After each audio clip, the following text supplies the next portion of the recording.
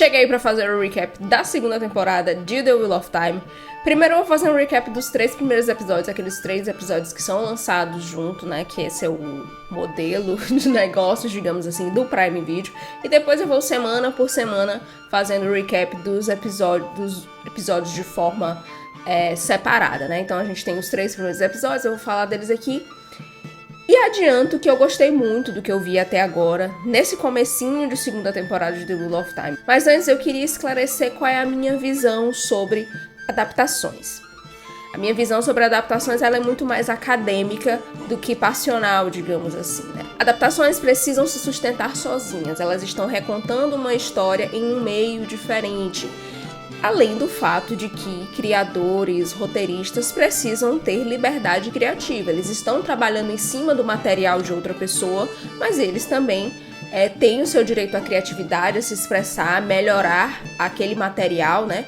Adaptar aquele material para o mídio que eles estão usando, para que aquela história possa ser contada da melhor forma possível, né? É impossível você colocar palavra por palavra, adaptar trecho por trecho de um livro para uma série, de uma série para um livro, de um filme para uma série, de um filme para um livro, de uma HQ para um livro, de uma HQ para o audiovisual, né?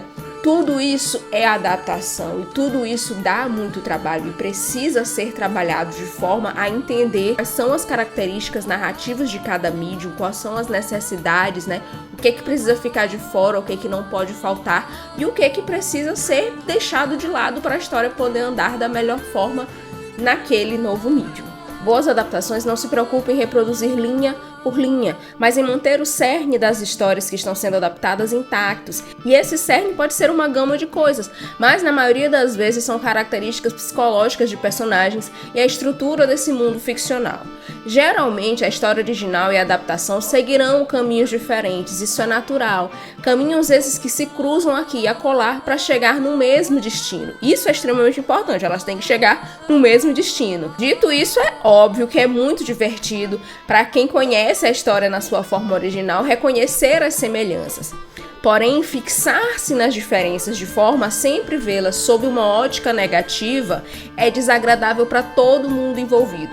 É desagradável para quem está assistindo porque vai se sentir frustrado com o que está vendo. É desagradável para quem trabalhou naquela série, naquele filme, seja no que for, porque vai ver o seu trabalho sendo menosprezado. E é desagradável para o fã que está gostando da adaptação porque vai ser relegado a alguém que aparentemente não entende a história original, não é fã o suficiente, quando isso não tem nada a ver. Adaptações precisam muito de coesão interna, de funcionar de forma lógica dentro do seu universo ficcional. Elas precisam, tanto quanto a obra original, ter verossimilhança para que a gente possa suspender a nossa descrença e se divertir da mesma forma e às vezes até mais do que se divertiu com a obra original.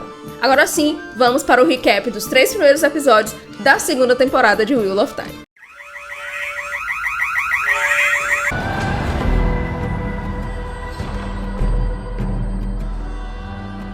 Primeiro episódio, A Taste of Solitude. Aqui nós temos uma intro completamente inspirada na introdução de Moby Dick, também Call Me Ishmael, não só por causa do nome do personagem, né?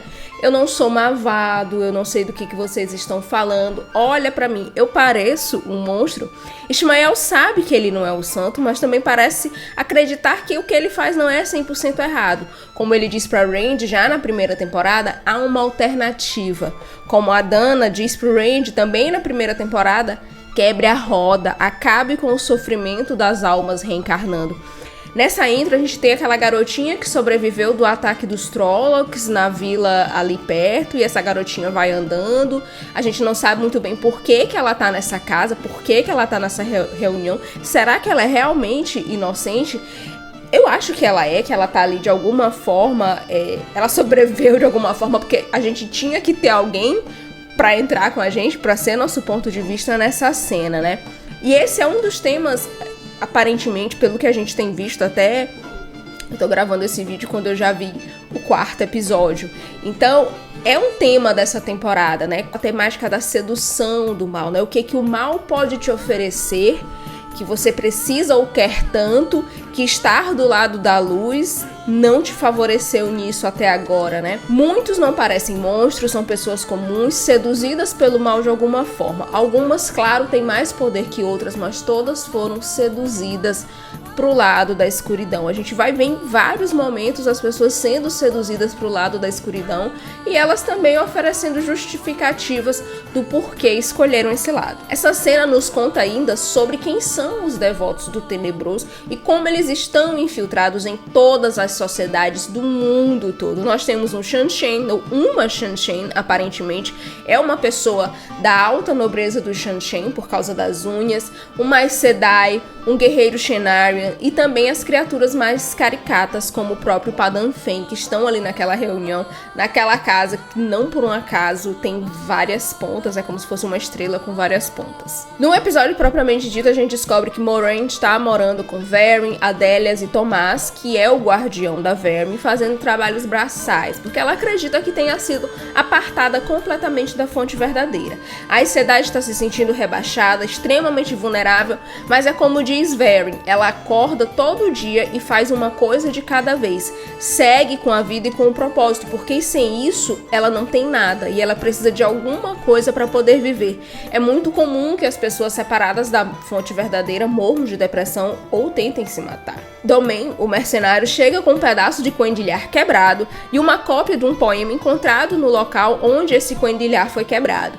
Domain não sabe que Moiraine está sem poder, o que é mais uma indicação de que ela não foi apartada, porque não há nada no rosto de Moiraine que indique essa falta de poder. As únicas pessoas que percebem que ela não está com acesso à fonte única são o Lan, que é guardião dela, e as outras Aes Sedai, né? Nessa cena nós temos uma negociação perfeita. O Daemon, ele é um negociante maravilhoso, porque ele é um mercenário, ele é um mercador mercenário, então ele é acostumado a negociações, mas ele é passado a perna pela Moiraine enquanto ela regateia sobre o coendilhar e sobre a cópia do poema.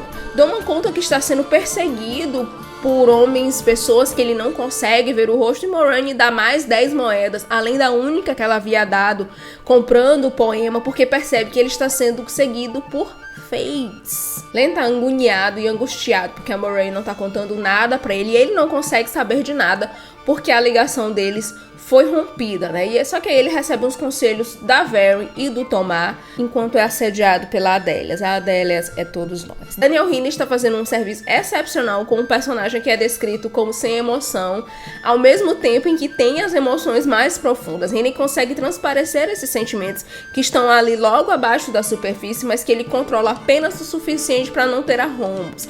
Lan é a epítome do estoicismo, não é alguém sem emoção, mas alguém que não deixa as emoções borbulharem a todo momento.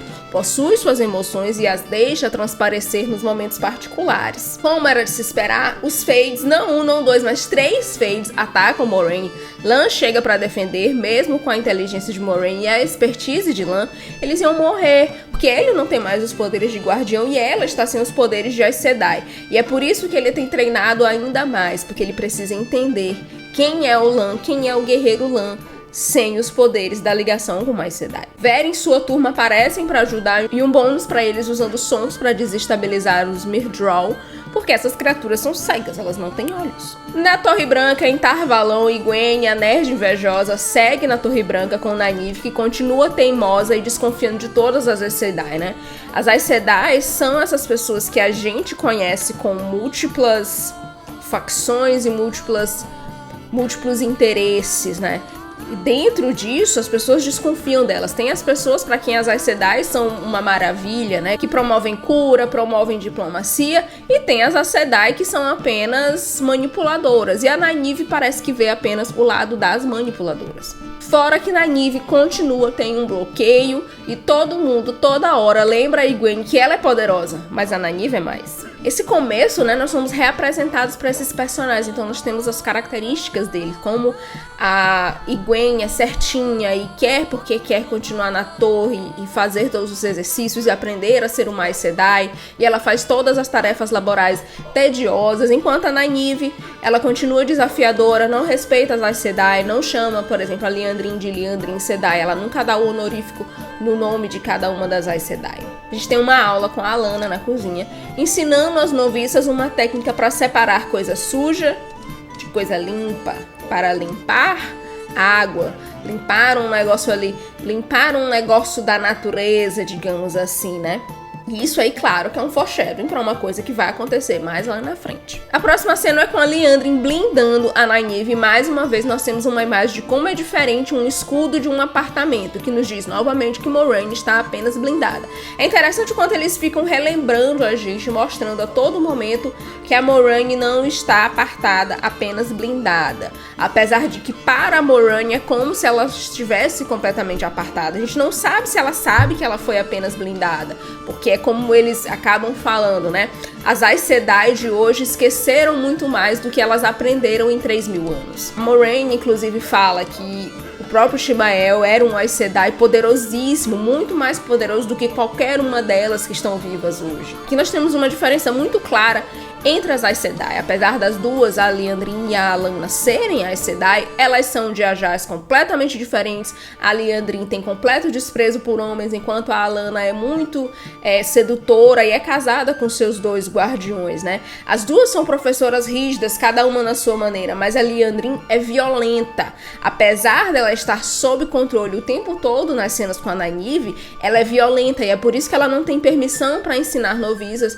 Em algum momento é falado que uma noviça já morreu sob os cuidados da Liandrin. Perry tá andando no meio do mato, porque como nós já vimos no recap da primeira temporada, não há infraestrutura quase nenhuma nesse mundo. E aqui nós temos um excelente momento de Perry com ódio de Padan Fain e Intar, o líder desses guerreiros Shienaran, apresentando para Perrin uma visão desconcertante. E se Padan Fain e o traidor Shienaran tiveram seus motivos? Aqui a gente retoma aquele conceito apresentado por Ishamael na intro, a sedução do mal, os motivos que levam alguém a passar para a Igreja do Tenebroso. Padan Fain esteve por anos indo por Dois Rios, Perrin nunca viu nada, ninguém em Dois Rios nunca viu nada, mas agora nós temos essa visão, Padan Fain vilanesco e caricato, mas a população de Dois Rios nunca viu isso. O traidor Shienaran também sempre pareceu uma pessoa normal e ok para os companheiros. Monstros são pessoas, o mal se manifesta em pessoas normais. Trollocs e Myrddraal são exceção, e no caso dos Trollocs, inclusive, eles são vítimas de uma engenharia genética absurda perpetrada por um outro Forsaken tão humano na sua apresentação quanto Ishamael. Perrin também segue em luto pela esposa, com dificuldade de se desfazer da aliança do casamento. E aqui a gente entende que, por pior que tenha sido a ideia de fazer Fringe com a personagem da Layla, as consequências estão sendo exploradas e não foram esquecidas lá na primeira temporada. Muita coisa da primeira temporada que não foi bacana, eles estão procurando consertar na segunda temporada, sem simplesmente deixar de lado. Eles sabem que algumas coisas não pegaram bem, seja por escolhas mal feitas, seja pelo tempo e pelos problemas que eles enfrentaram, dada a época em que estavam sendo filmadas, né? Só que eu tenho um grande problema com essa parte do Perry, essa parte do Fringe da Layla. A dor que ele está sentindo, essa é uma dor que ela poderia ser explorada de várias outras maneiras. O amor romântico, ele não é o único amor que existe, ele não é o único amor que faz uma pessoa ficar com ódio de alguém que atacou os queridos dele, os vizinhos, a família, tudo. O ataque em Dois Rios vitimou muita gente que o Perry amava. A traição de Padan Fain seria dolorosa e instigadora de um ódio mesmo sem a Layla. A gente tem que lembrar que o Padan Fain era parte daquela comunidade, uma parte que ia e vinha, mas uma parte daquela comunidade, até porque a população de Dois Rios é muito desconfiada de estranhos. Então o Padan Fain, ele estava indo lá por anos, até para que ele ganhasse a confiança daquele povo e conseguisse se infiltrar, porque o mal já sabia que ali tinham pelo menos 5 ta'veren. Talvez, se não houvesse a Layla, não houvesse a culpa no Perrin de forma tão profunda. Mas talvez sim, porque haveria no personagem a culpa de não ter salvado outras pessoas, não necessariamente de ter acidentalmente matado uma das pessoas que ele amava. Já a introdução de Elias como farejador é perfeita. Aqui a gente economiza um personagem, enquanto dá mais peso para um que já era super importante, e faz isso de uma forma que tem completamente sentido dentro da narrativa. Conhecemos o novo Mat, o Mat agora que é interpretado pelo Donald Finn, e ele está preso por Liandrin, amarrando o que a Moraine fez lá na primeira temporada, quando ela mandou o recado para as Irmãs Vermelhas de que tinha um homem perdido em Tar Valon que precisava da atenção delas, né? E aí a gente tem um glimpse do Rand, que por um acaso está tendo um caso com uma mulher mais velha chamada Selene. Bônus nesse episódio é o Matt dizendo que está preso há 6 meses e Gwen e Nynaeve contando 5 meses na torre, porque Matt não as acompanhou em Faldara. Isso mostra que a série está sim com atenção com o tempo transcorrido, com a verossimilhança, com a coesão interna. E ainda que na primeira temporada a barra das saias dos mantos brancos estivesse sempre limpa, parece que na segunda temporada eles estão com uma preocupação maior em deixar esse mundo mais realista pra gente.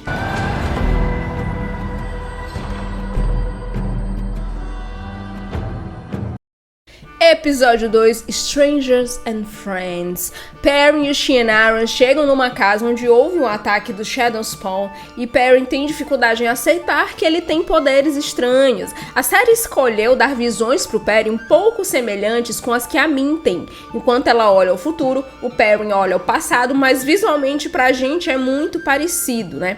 Nos livros ele descreve o fedor da violência, mas isso seria ridículo no audiovisual. Depois de ver um Feyd morto, o grupo tem o primeiro contato com o Sean Shen. E aí a gente fica na dúvida. Quem que matou aquele Myrddraal? Quem que fez isso com aquele Myrddraal? Foi o Padan Fain ou teriam sido os Sean Shen?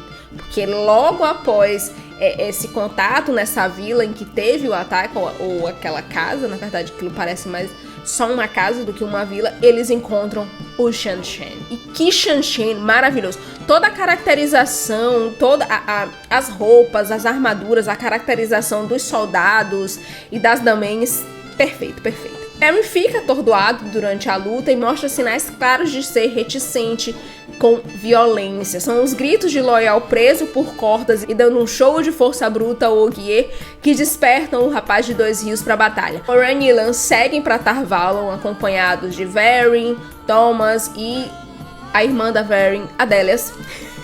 E onde a Marrom conta pra Azul que ela sabe que a missão de Moiraine é o Dragon Reborn, que ela não é boba nem nada, que ela sacou que alguma daquelas pessoas, algum daqueles jovens de Two Rivers era o Dragon Reborn. Se você presta bastante atenção no que a Moiraine vem fazendo, no que aconteceu há 20 anos, e se você é Verin Sedai, a Verin com certeza seria a pessoa que ia adivinhar qual era a missão da Moiraine. Tá ali no escopo do que a Verin faz, né?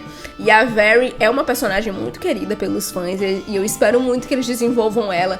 Todas as nuances e contradições que ela tem no livro, que isso seja levado pra série. Aquela atriz tá maravilhosa também. Todos aqueles 3 atores são incríveis, assim, caracterização perfeita. A todo momento eu acredito que eles são aqueles personagens, né? Lan e Moiraine conversam sobre a situação dele e Moiraine diz uma pá de coisa horrível pra ferir o Lan.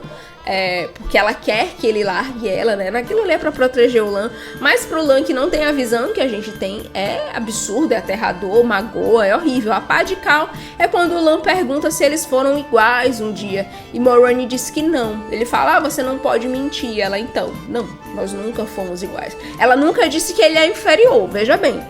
No olhar da Moiraine, será se o Lan seria uma pessoa inferior ou se ele é uma pessoa melhor? Mais lá pra frente a gente vai ter uma retomada dessa pergunta e a gente tem uma visão de um guardião, mas eu vou deixar pra comentar isso só lá na frente. Na Torre Branca, a Alanna tá muito preocupada com o fim do mundo iminente e com cuidado com as noviças poderosas que estão sob cuidado da Torre Branca. Ela as vê como armas mandadas pelo Criador para auxiliar na batalha contra o mal. Só que aqui é interessante nessa fala da Alanna, ela tá conversando com a Sherian, que é a senhora das noviças. Uma coisa que é muito interessante é que a Alanna fala que o Criador tem mandado mulheres e homens para ajudar na luta contra as trevas. De volta no acampamento de Lan, Moiraine, Verin, Adélias e Tomás, é muita gente para ficar lembrando o nome, eu estou conseguindo lembrar os nomes, a gente tem eles recontando como foi que a Moiraine e o Lan se encontraram, e isso é muito bacana, porque está na prequel,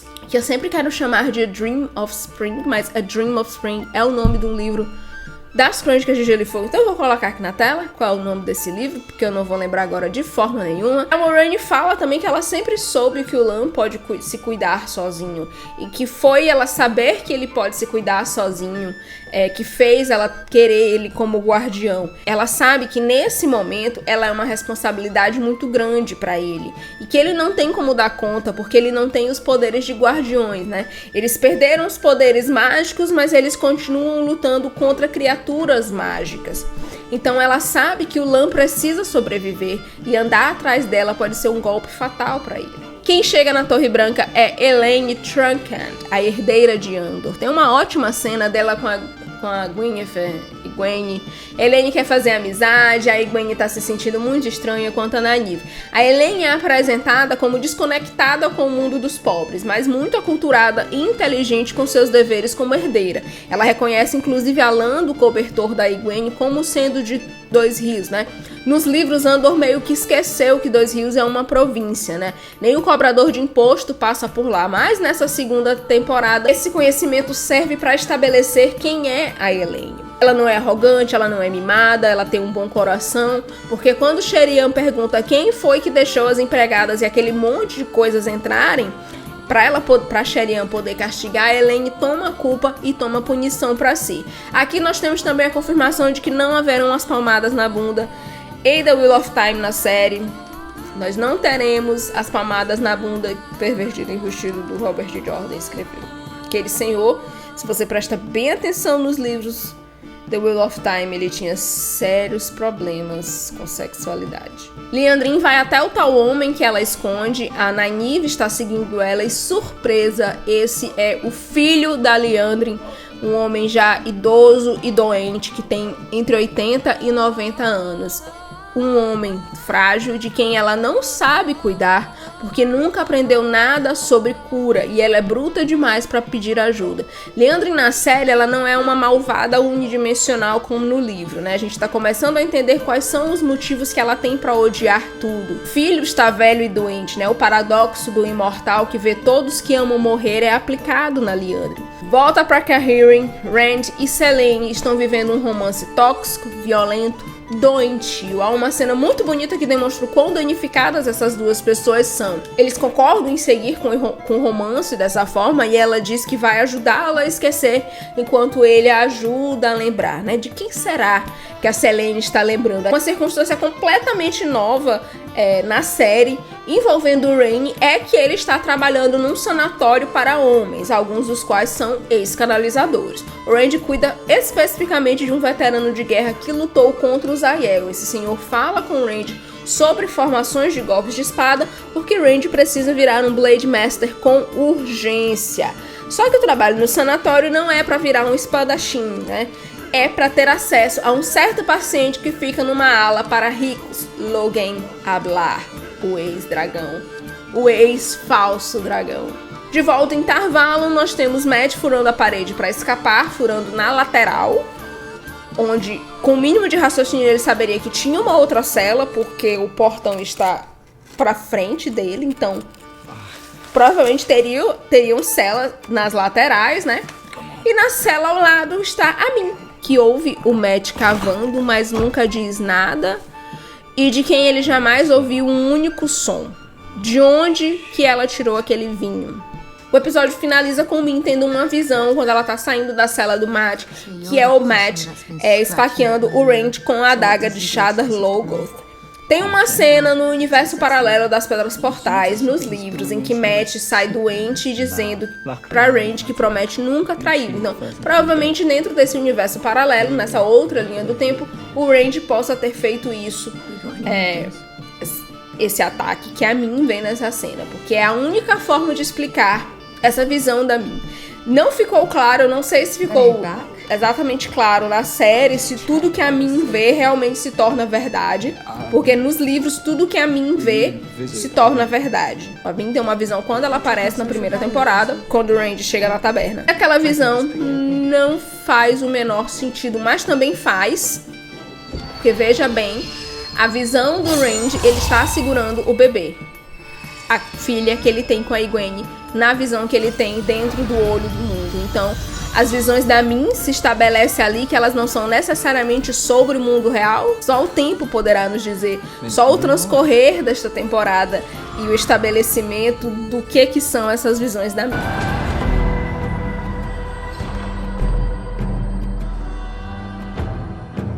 Terceiro episódio, What Might Be. A gente começa esse episódio com a Liandrin forçando a iniciação da Nynaeve para poder treinar ela e explorar a força da curandeira. Certeza que Liandrin vai tentar seduzir Nynaeve para o lado do tenebroso, isso está muito claro. Agora, como que esses arcos da sala dos arcos, da prova para ser uma seita, são feios, horrendos? Quem foi que pensou nesses arcos? No livro nós temos, são 3 arcos que se encontram, né? Eles passam um por cima do outro, se eu não me engano eles passam um por cima do outro. Eu entendo a ideia de 3 arcos separados, porque fica melhor de você visualizar onde que ela tá entrando. O que eu não entendo é porque 2 desses arcos está faltando uma parte de cima, e como que eles funcionam mesmo faltando a parte de cima. O terceiro arco, o arco da frente, ele está completo. Eu entendo que ali ele possa funcionar completamente, mas mesmo o completo é muito feio. Muito, muito feio. Então vamos lá, o primeiro medo de Nynaeve quando ela entra no primeiro arco é não ter ajudado a família quando eles foram atacados por bandidos. E aí ela sai de dentro do arco e ela é lavada. Uma coisa que eles mudaram também é que no livro as mulheres ficam completamente nuas. E na série eles deixaram pelo menos a camisolinha que elas usam por baixo das suas roupas de noviças. O segundo medo de Nynaeve, assim que ela entra no segundo portal, depois de ter sido lavada de seus pecados com a primeira prova, é ter falhado com o povo de Dois Rios. A Nynaeve, ela vê o povo de Dois Rios atacado por uma moléstia, uma febre com bolhas no corpo, alguma coisa assim, e ela é escorraçada pela mãe do Matt, que está servindo como curandeira local, apesar de não ser curandeira, porque alguém tinha que assumir essa função, já que a Nynaeve não estava lá e tá todo mundo se sentindo muito mal. Quando a Nynaeve sai, ela fica desesperada porque ela acha que isso realmente está acontecendo lá, e a gente não sabe ainda se isso realmente aconteceu em Dois Rios em algum momento nesse 1 ano em que eles saíram de casa, ou se isso é apenas uma segunda timeline. O terceiro medo de Nynaeve, a terceira visão da Nynaeve dentro do portal é muito mais complexo. É um 2 em 1. Primeiro, a Nynaeve vê um negócio completamente abstrato, violento, envolvendo ela e o Lan.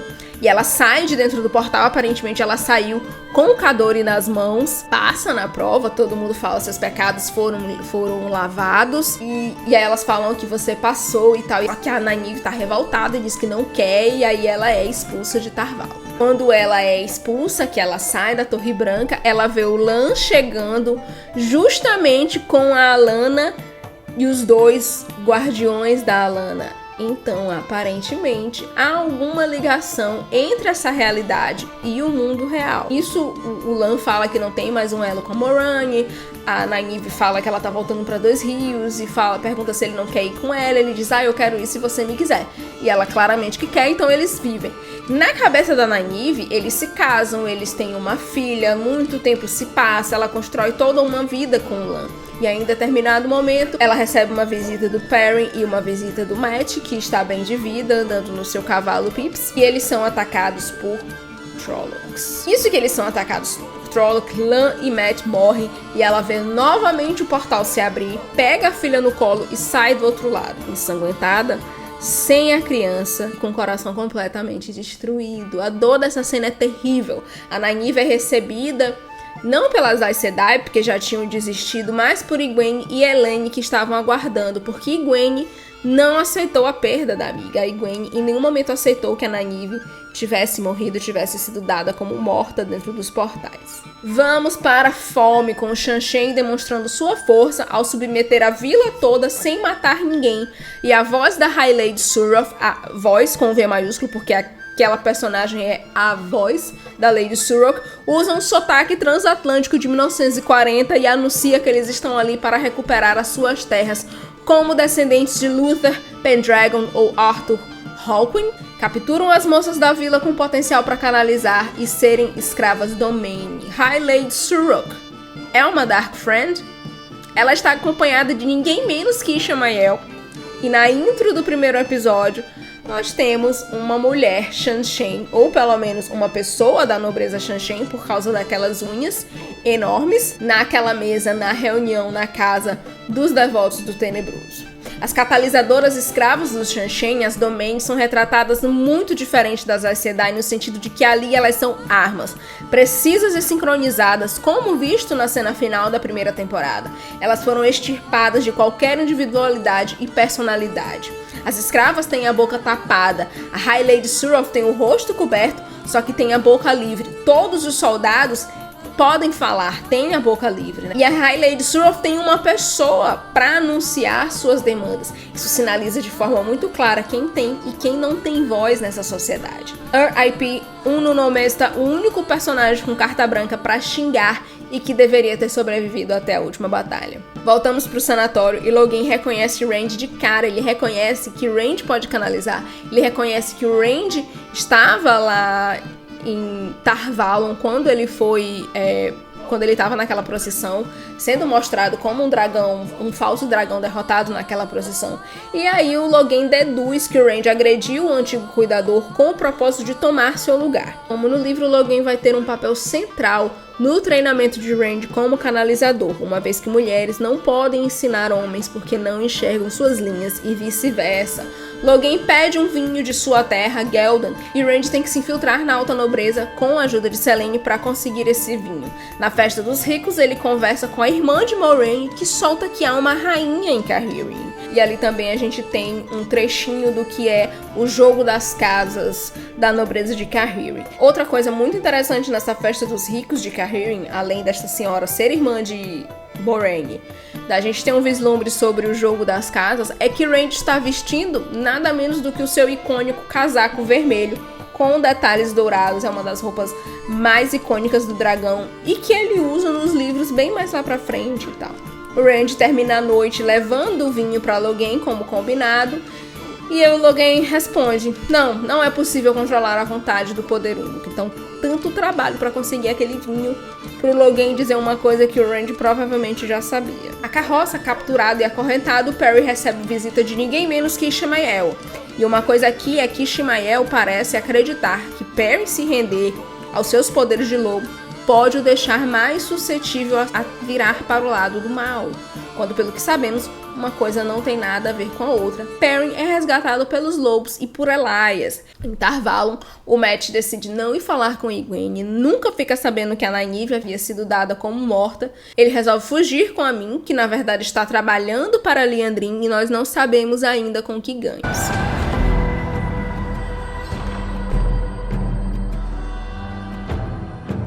Esse começo da segunda temporada de Wheel of Time, seja por melhores condições de trabalho dos roteiristas que agora não têm que lidar com a pandemia, ou talvez pela Amazon que agora acredita no potencial da história de fato, está bem mais sólido do que toda a primeira temporada. Os cenários estão melhores e mais vividos, perdendo o ar de esterilidade que foi a primeira temporada. As atuações estão impecáveis, talvez não tanto no caso de Elaine, mas eu acredito que vamos chegar lá com essa atriz.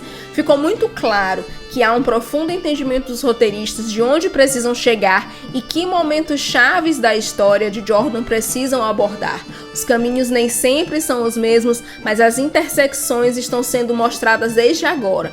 A série tem demonstrado uma maturidade imensa nessa segunda temporada, um cuidado em estabelecer fundações para eventos importantes no futuro e mostrando muito mais do que contando. Isso é uma coisa assim fundamental em séries, em filmes. Mostre e não conte, né? Que foi um ponto horrível da primeira temporada com aquele monólogo que se descobriu depois em algumas entrevistas de pessoas que souberam de coisas que aconteceram ali nos bastidores. Foi imposto na equipe criativa pelos executivos do Prime Video. Nunca foi a primeira escolha do Rafe Judkins, o showrunner, de fazer aquele monólogo com a Moiraine no comecinho da primeira temporada.